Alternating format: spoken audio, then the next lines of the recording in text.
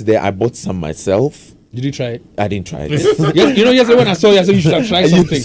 I bought some myself. I think I even gave them money. Before you'd have to. I gave them money to go and buy. They want to buy some before they come and sit down to talk to you. Oh, so you encourage them to? No. I'm not. I don't encourage them to do that. And I would even tell you that you don't have to get that before you speak to me. But they want to have that money.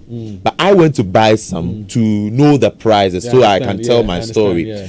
And the one that's the tie, I didn't know the tie was that cheap. Yeah. But I beg you don't mention it there. Sorry. So one is cheap, the other is yes. So like you can get some for 20 cedis, 10 cedis, 30 cedis. But it is because these are the cheaper ones. These are the cheaper ones in the market, and then the ones that you can find at the ghettos. But there are ones that are relatively expensive. And like for that, like how much? Oh, you can get some for more than 100 cedis. How many do they have to take before they get high?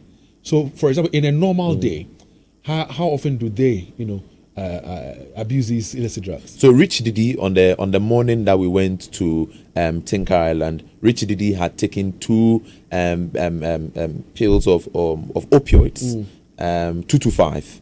Don't mention this, my brother. Sorry, and he had taken the one with the famous color. Yeah, the red. Yes, he had taken 2 in the morning, and he is expected to take 2 in the afternoon. And so, he takes 2 morning, 2 afternoon, and then 2 in the evening. And so, by close of day, now after 6. 6. How much is that in terms of? So the 2 near 10. So 30 cedis in a day. If he wants to exceed or go beyond the red, he'd go and take the others, which would relatively add up to the cost. When they take it, what happens to them? So it is for the high they cringe. It is just to make them high. These pills are not harmful, are not bad pills. They are for pain relief. But then that excitement that comes in when you take them for the relief is what leads to them wanting to abuse it or get addicted to it. And so they just want to feel excited. Once you get back to your senses, you want to go back in that state again. Yes, I was in that state where I was so happy. What happened? Why have I recovered? So I have to go back and then take them. Where do they live? They live there.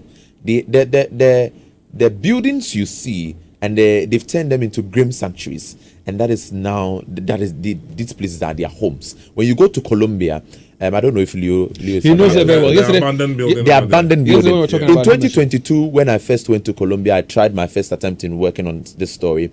They were on the streets, but now they've taken over the building. So there is a story behind that building. I think it's a family feud, and so no family member is in that house again, and then they left it because of the fight between the family. And they have taken advantage of that and used it as a drug. And they've inside that building, there are lots of surprises.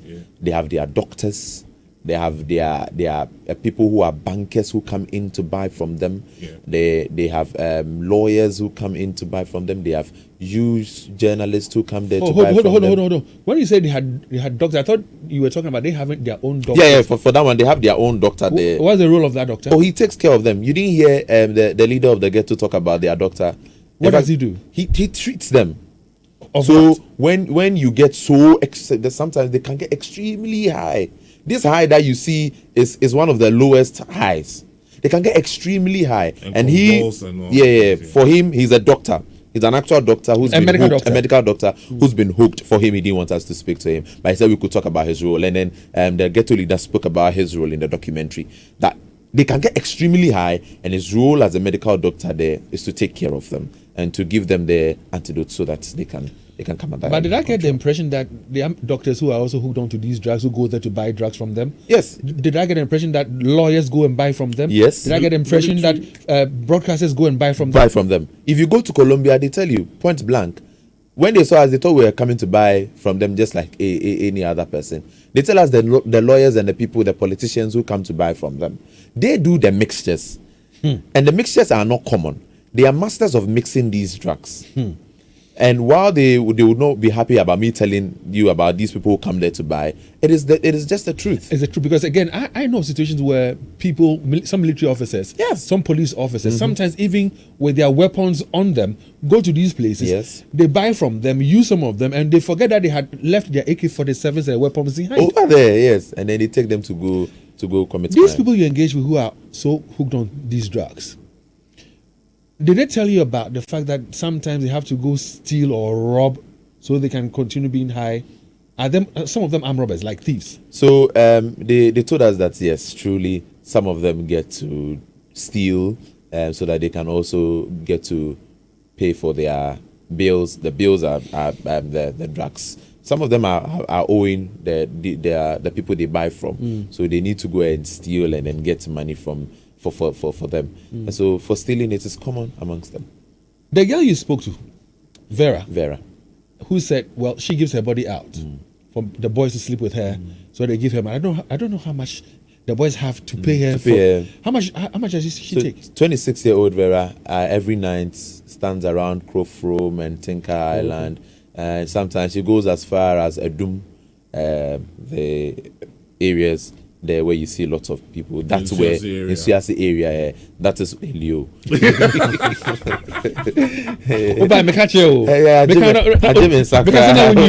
But tell me about Vera, yeah. So the Vera every night, that's her spot. When she comes back, she returns home around 4 a.m. The home is Tinker Island. And now she's going to be a master. Now she's not just a junkie. She's a master. So she's one of those people that they respect very much. And she has a child. How old is the child? Her child is 4 years. And male or female? A male. And where's this child right? Also at Tinker Island? Yes. No. Her child, no. So her parents are in Kumasi. Since they've abandoned her and she has taken herself out of range, her parents have taken the child. But she says that the child used to stay with her for some time until her parents decided to come for the little boy. Is she protecting herself? She's sleeping with other people. Is there anything like protection on her mind? Is there anything like safety on her mind? Is there anything like I wouldn't have to get diseases or get pregnant again?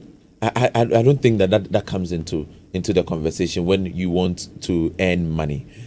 For her, it is money that she's looking for. What she wants actually is to satisfy her cravings. And so the conversation about sexual protection did not really come in. But what she wants is money, and that is what she does every single day, every blessed day, to pay for her bills. We know that the narco boss, Mr. Yaboa, you engaged with him. Yes, I have spoken to Yaboa for several, in several conversations. I saw you in the company of police officers as well. What help are we giving to these people? Because for me, when we talk about the swoops and arrests, they are so wasted. If you arrest them, they have no use to anybody. Putting them in cell. Yes. I also know that